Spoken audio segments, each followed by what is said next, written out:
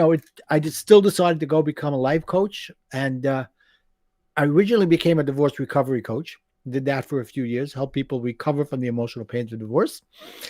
And a few years later, I was loving where I was in life. I had understood some of the things that had held me back in my marriage, that had my contributions to the positives and the negatives of the marriage. And I changed and I became somebody totally different. And I wanted to show people that they can do that too. So I came up with this life acronym for live incredibly full every day. And then in 2020, something else happened in the world. It shut down. You probably remember that, Julian, when the world Yes. shut down. Try not to. Yeah, I try not to. So it was March of 2020, and they're like, okay, this is just going to be 2, 3 weeks, and then everything will be back to normal. Well, it took a lot longer than that.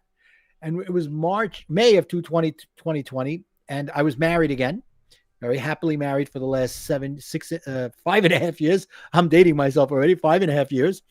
And I told my wife, let's drive to Manhattan. Let's go to New York City from Brooklyn. So we took our kids and we drove straight up down Fifth Avenue without missing a traffic light. In New York City, that's unheard of. But we did it. And I was like, where is everybody? I don't understand. What is everybody so worried about?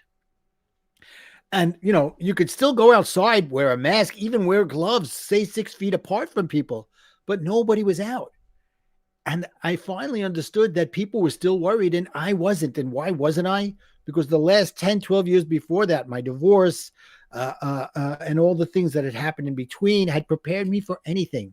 So I got onto Facebook and I said, guys, I get it. And I want to show you how to go from being somebody who's worried, a worrier, into somebody who can defeat anything that comes their way, any adversity, and be a warrior. And that's how the Warriors Life Code was created.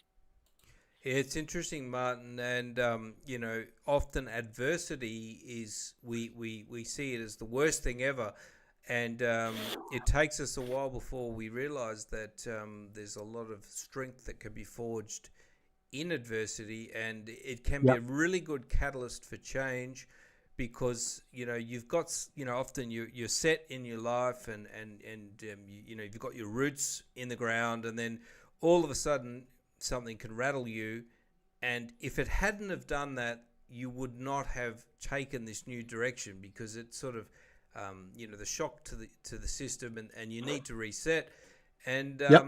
you can find strength in that.